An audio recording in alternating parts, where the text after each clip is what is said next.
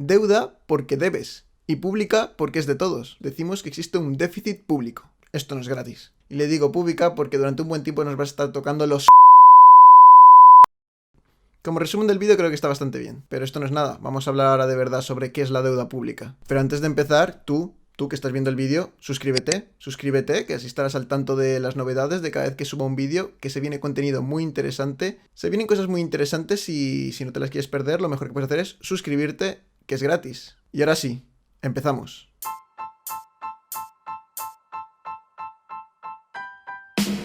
La deuda pública. La deuda pública.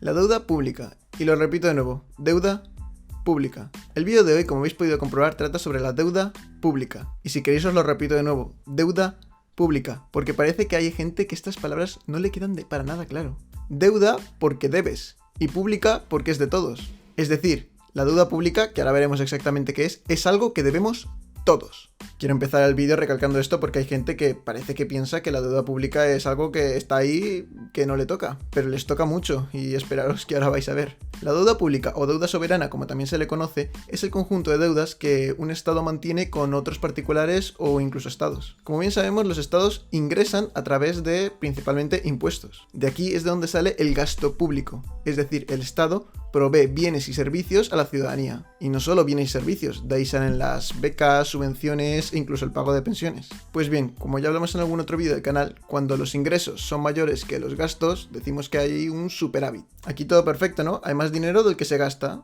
lo que debería ser normal. Pero ¿qué ocurre? Y es que en la mayoría de veces el Estado gasta más de lo que ingresa.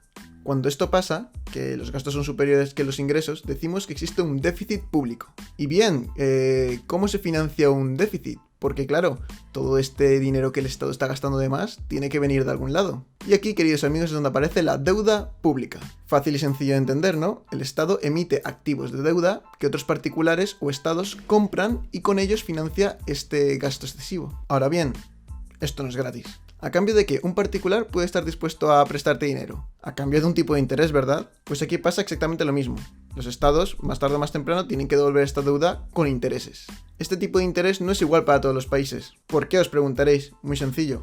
Si tú eres un inversor, ¿a quién le prestarías dinero antes? ¿A Alemania o a Venezuela? Creo que a esta pregunta no le hace falta respuesta por ser tan obvia. Por lo tanto, los tipos de intereses que va a tener que enfrentar Venezuela van a ser muchísimo más altos que los que va a tener que enfrentar Alemania. Y no hace falta irse tan lejos y ponerse en un caso tan extremo como en el de Venezuela. En el caso de España pasa exactamente lo mismo. España se endeuda a un tipo de interés mayor que Alemania. Pues bien, pues si cogemos a Alemania como referencia, que es lo que se suele hacer, la diferencia que hay entre el tipo de interés al que se endeuda Alemania y el tipo de interés al que se endeuda España es lo que conocemos como la prima de riesgo. Por lo tanto, podríamos llegar a interpretar la prima de riesgo como la confianza que tienen los inversores en un país. Visto de la siguiente forma, cuanto más baja sea la prima de riesgo, mayor es la confianza, y viceversa. Y bien, llegados a este punto, quiero que recapitulemos un tema del cual ya hablamos en el segundo vídeo del canal, el vídeo del dinero. Y es que no es lo mismo deber 1.000 euros y tener una renta de 100.000 que deber 1.000 euros y tener una renta de 2.000. Ante una misma cantidad de deuda, el que cobra 2.000 está muchísimo más endeudado. Exactamente lo mismo pasa con los países. Por lo tanto,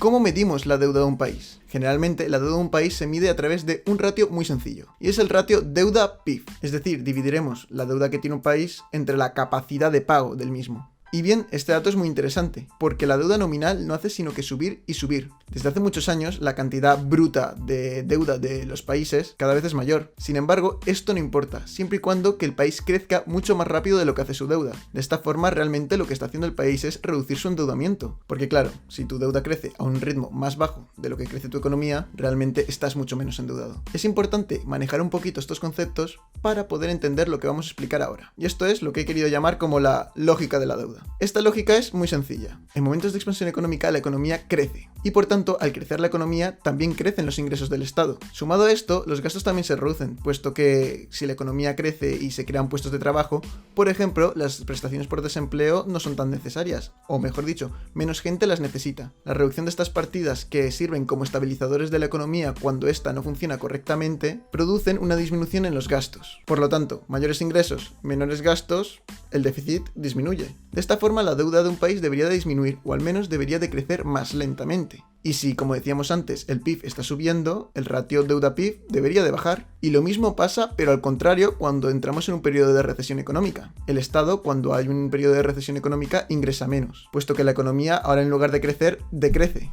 Además, tiene una necesidad de gastar más por los mismos motivos que hemos dicho antes. Por lo tanto, mayores gastos, menores ingresos, aumenta la deuda. Hay un pequeño apunte que me gustaría hacer en relación a cuando los países se endeudan en periodos de recesión económica. Generalmente, en los periodos de recesión económica, ya explicaremos en otro vídeo por qué, los tipos de intereses suelen ser muy bajos. Por ejemplo, durante la pasada crisis económica, llegamos a tener tipos de intereses cercanos al 0%. Es más, así seguimos hoy en día. Por lo tanto, ante tipos de intereses prácticamente cero, por pequeña que sea la inflación, el tipo de interés real será negativo. Y me diréis, ¿qué es el tipo de interés real? Muy sencillo. Una forma matemática muy fácil de ver lo que es el tipo de interés real sería que es el tipo de interés nominal, es decir, el porcentaje que le has de devolver a tu acreedor, menos la inflación. Se llama tipo de interés real porque es realmente lo que estás devolviendo, puesto que si los precios de un año a otro varían en un 2% y tú tienes que devolver tu deuda en un 1%, realmente te estás financiando gratis. Por este motivo, entre otros muchos, es por el cual endeudarse realmente no es malo, siempre y cuando que lo hagas con cabeza y cuando toca hacerlo. Y aquí es donde viene el problema. Para terminar este vídeo vamos a repasar un poquito la situación actual y nos vamos a centrar principalmente en España, aunque ya os digo que en otros países europeos es más de lo mismo. Bueno, europeos y no tan europeos, porque como dato curioso, el país más endeudado del mundo es Japón, el cual tiene una deuda de más del 250% de su PIB. Una locura. Siendo claros, la deuda pública de España la podríamos llamar la deuda pública. Y le digo pública porque durante un buen tiempo nos va a estar tocando los... España cerró el 2020 con una deuda del 120% del PIB. Es decir, con todo lo que produce España en un año no tendremos para devolver todo lo que debemos. A esta situación hemos llegado en gran parte debido a la crisis del coronavirus, puesto que los estados han tenido que gastar mucho dinero para poder garantizar unos mínimos de vida a su población. Pero también esto ha sido debido a que hemos empalmado prácticamente una crisis con otra y que, para qué mentirnos, no se han gestionado las cosas correctamente. Para que nos hagamos una idea, la deuda per cápita de España, per cápita significa dividiendo la población del país, por lo tanto sería lo que debemos cada español, es actualmente de 28.428 euros. Y sí, preocuparos, porque esto lo vamos a devolver todos, de una forma u otra. Porque si no queremos que nos recorten en sanidad, en educación o en pensiones, lo cual yo ya adelanto que muy probablemente vaya a pasar, nos tendrán que subir los impuestos. Las deudas se pagan y no se condonan, por mucho que hayan políticos que lo pidan. Como último apunte quería destacar una cosa. En el año 2011, es decir, hace solamente 10 años, la deuda per cápita de España era de 15.871 euros. La hemos prácticamente duplicado en 10 años. Y esta situación se agrava cada vez más. Por lo tanto, si queremos seguir pagando pensiones, nos van a tener que subir los impuestos o seguir emitiendo deuda. Lo cual, sinceramente, no parece la solución. Pero bueno, hasta aquí el vídeo de hoy. Pretendía ser un vídeo medianamente didáctico sobre la deuda pública y ha acabado siendo tremendista. Pero de verdad que la situación no es nada halagüeña. Dadle like si os ha gustado el vídeo y nos vemos en el próximo. Ah, y no olvides suscribirte. ¡Adiós!